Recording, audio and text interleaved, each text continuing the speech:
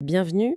Alors, pour commencer, j'ai une image en tête, une scène que je déteste, et je pense que je suis pas la seule.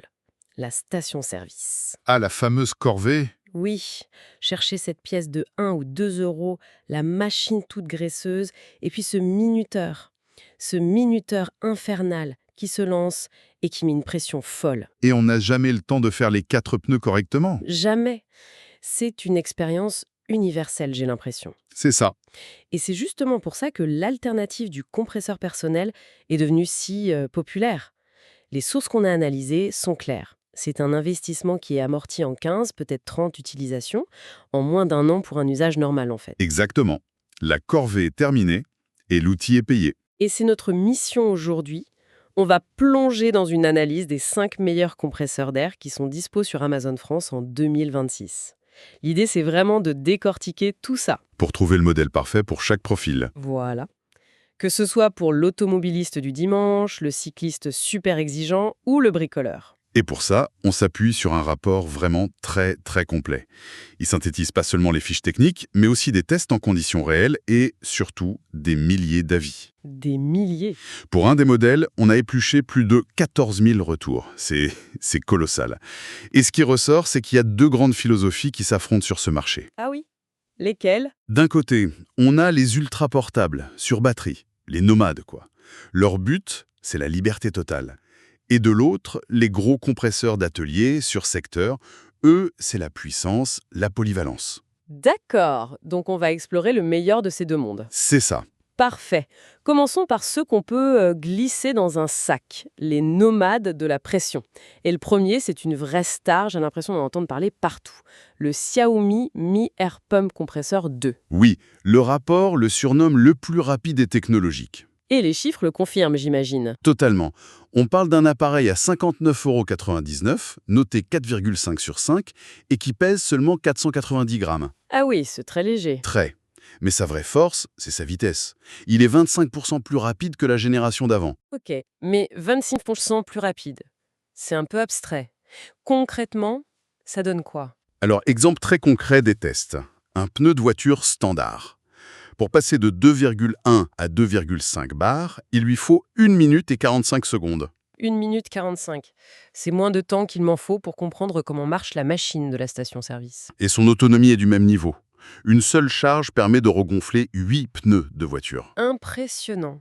Mais au-delà de la vitesse, ce qui est fascinant, c'est son côté intelligent, non? Il a des modes préprogrammés. Absolument. Et c'est ce qui le rend si facile à utiliser. Il a 4 modes. Vélo, voiture, scooter, ballon.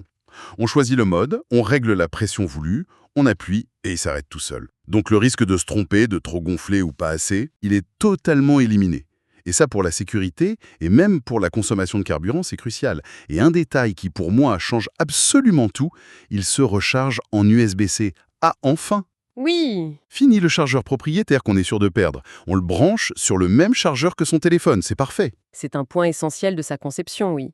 Bon, maintenant, pour être objectif, le rapport pointe quelques compromis. Ah, bien sûr. Le principal reproche qui revient dans les avis, c'est la longueur du tuyau, à peine 20 centimètres. Ah oui, c'est court. Du coup, si la valve est en haut de la roue, on doit tenir l'appareil à la main pendant tout le gonflage. Ce qui peut être un peu agaçant. Je vois. Et le bruit? Il est assez bruyant, oui. 75 décibels, c'est l'équivalent d'un aspirateur. Et son prix de 60 euros, ça le place quand même dans le haut du panier pour cette catégorie. D'accord. Rapide, intelligent, mais un peu court sur pattes et bruyant. Et face à lui, il y a un vrai concurrent. Oui, un concurrent très sérieux qui a fait un choix de conception radicalement différent. Le Bosch Easy Pump. Le Bosch. Il est un peu plus cher, autour de 70 €, note de 4,3 sur 5.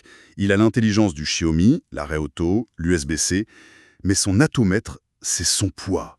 430 grammes. Ah, d'accord. Donc on est en plein dans l'éternel dilemme, la performance pure contre la portabilité extrême. C'est exactement ça. Le choix entre ces 2 modèles, c'est un arbitrage classique. Vitesse contre poids. Le Bosch est idéal pour les cyclistes, les randonneurs, pour qui chaque gramme compte. Il sacrifie un peu de vitesse pour une légèreté absolue. Voilà. Alors que le Xiaomi, c'est le choix de la performance, pour ceux qui veulent de la vitesse, de l'autonomie, et qui ne sont pas à 60 grammes près. La question à se poser, c'est quelle est ma priorité? La vitesse ou le poids minimal? Je vois. Très clair. Mais si on change complètement de décor, si la mobilité, ce n'est plus le sujet, et qu'on cherche de la puissance brute pour l'atelier, Alors là, on entre dans un autre univers. On oublie la batterie, le poids-plume, on parle de cuve, de pression pour des outils, et d'un enjeu qui devient primordial, le bruit. Et sur ce point, le rapport met en avant un modèle qui a l'air révolutionnaire. Le Stanley DST 108-66. Surnommé le champion du silence. Il coûte entre 140 et 155 euros, une excellente note de 4,6 sur 5. Mais sa caractéristique unique, c'est son niveau sonore. 59 décibels. Attends, 59 décibels, mais c'est à peine plus qu'un frigo. C'est l'équivalent d'une conversation normale en fait. C'est ça. On peut bricoler le soir dans son garage sans réveiller toute la maison. C'est son argument de vente principal. Incroyable. Et à part ça, Il a une cuve de 6 litres, 8 bars de pression et surtout il est sans huile. ce qui veut dire pour les non-initiés, Zéro entretien. zéro entretien. Pas de vidange, pas de niveau à vérifier, on branche, ça marche. Et l'autre avantage, c'est que l'air qui sort est parfaitement pur. Indispensable pour la peinture à l'aérographe, par exemple. D'accord. Mais il doit y avoir des contreparties. Il n'est pas portable, lui. Pas vraiment, non. Il pèse 15,5 kg. Il est transportable mais pas portable. Et il faut une prise secteur. Et autre point, les accessoires sont vendus séparément, donc le budget peut grimper. Oui, il faut le prévoir. Ok, donc puissant, incroyablement silencieux, sans entretien, mais lourd. Et face à lui, il y a quoi? On a une autre grande marque, Michelin, avec le MBL6. oui, qui est positionné comme l'équilibre puissance-silence.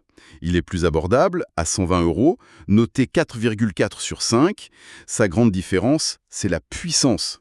Il a un moteur de 1,5 cheval-vapeur. Contre un seul pour le Stanley, il est 50% plus puissant. Exactement, D'accord, plus puissant et moins cher. Le piège, il est où? le bruit. On revient à 75 décibels, le bruit d'un aspirateur. C'est acceptable pour un atelier, mais on perd totalement le confort acoustique du Stanley. Le choix est donc très clair en fait. Très clair. Pour le Stanley, on paye un supplément pour un confort acoustique exceptionnel. C'est le choix du bricoleur en milieu résidentiel. Et pour le Michelin, on a 50% de puissance en plus pour 15% moins cher. C'est le choix rationnel pour ceux qui privilégient la performance brute pour alimenter des outils et pour qui le bruit n'est pas le critère numéro 1. D'accord. On a vu le nomade, le géant silencieux, mais il manque une catégorie essentielle. Si on veut juste une solution simple pour ne plus aller à la station-service, pour le moins cher possible, Le choix de la raison. c'est ça. Ce choix existe et c'est un best-seller absolu. L'Amazon Basic AC01122C. Le rapport est formel, hein. C'est le meilleur rapport qualité-prix. Et la preuve, c'est ce chiffre complètement délirant de plus de 14 000 avis sur Amazon. Ce n'est plus un produit, c'est un phénomène. C'est une validation massive par les utilisateurs, oui. Ça montre qu'il y a un besoin énorme pour une solution qui est simplement suffisante. Les gens ne veulent pas forcément la dernière technologie. Non, ils veulent une solution fiable pour un problème précis. Le pneu sous-gonflé. Point. Amazon a parfaitement compris ça, et pour un prix imbattable, entre 67 et 75 euros, est-ce qu'il fait le travail correctement? Il le fait. Il gonfle 4 pneus de voiture en moins de 8 minutes. Ce n'est pas un foudre de guerre, mais c'est tout à fait acceptable. Et il y a une citation d'utilisateur dans le rapport que j'aime bien. Compact, très simple d'utilisation, câble suffisamment long pour atteindre les 4 roues d'une voiture sans problème. Parfois, c'est juste ça qui fait la différence, un câble assez long. Exactement. Et pour son prix, il a des détails bien pensés. Le câble de 3 mètres, l'embout à visser qui évite les fuites. Ah, c'est mieux que les embouts à clipser. Beaucoup plus fiable. Et il est livré avec une sacoche de transport. C'est un outil utilitaire, mais bien conçu. Mais pour ce prix, il doit y avoir une limitation majeure. C'est quoi? Il n'a pas de batterie. Il fonctionne uniquement branché sur la prise allume-cigare 12 volts de la voiture. Ah, Il est donc complètement dépendant du véhicule. C'est un outil pour la voiture, et seulement pour la voiture. d'accord, on a fait le tour. Il est temps de synthétiser. Si on devait faire un guide d'achat rapide par profil. Alors, pour les cyclistes et sportifs, c'est le duel Xiaomi contre Bosch, la vitesse ou la légèreté extrême. Pour l'automobiliste occasionnel qui veut juste faire sa pression une fois par mois sans se prendre la tête, Là, c'est l'Amazon Basics, sans aucune hésitation. Pour le prix, il n'y a pas de débat. C'est le choix pragmatique. et pour le bricoleur régulier, celui qui veut plus qu'un simple gonfleur, C'est l'arbitrage Stanley contre Michelin. Le Stanley pour le silence, le luxe au quotidien, le Michelin pour la puissance brute à un prix plus contenu. très clair. Maintenant, les grands titres. Le meilleur choix global, après toute cette analyse, est-ce que c'est le Xiaomi? Il a la technologie, la batterie, il coche toutes les cases? Votre intuition est bonne. Le rapport désigne le Xiaomi Mi Air Pump Compressor 2 comme le meilleur choix global. Pour 60 €, il a le meilleur équilibre entre performance, technologie et portabilité. Et le champion du rapport qualité-prix? Pas de surprise, j'imagine? Aucune. C'est l'Amazon Basics. Pour le besoin simple et ponctuel de gonfler des pneus, c'est le choix le plus rationnel et économique. Et enfin, pour l'usage intensif, le bricolage sérieux, celui qu'on achète pour durer. Là, c'est le Stanley DST 1086 qui l'emporte. L'investissement de 140 € se justifie par son silence, que le rapport qualifie de révolutionnaire, et sa conception robuste. C'est un investissement à long terme.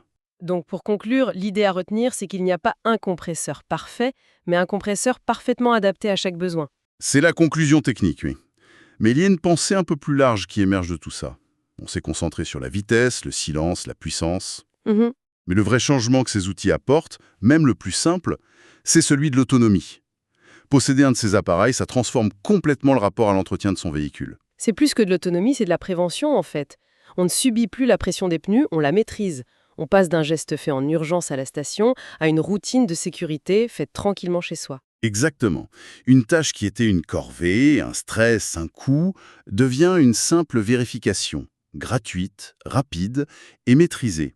La question intéressante, c'est pas seulement lequel acheter, mais comment cet outil va-t-il changer mes habitudes et ma confiance vis-à-vis de la sécurité? C'est le passage d'une dépendance subie à une autonomie choisie. C'est ça.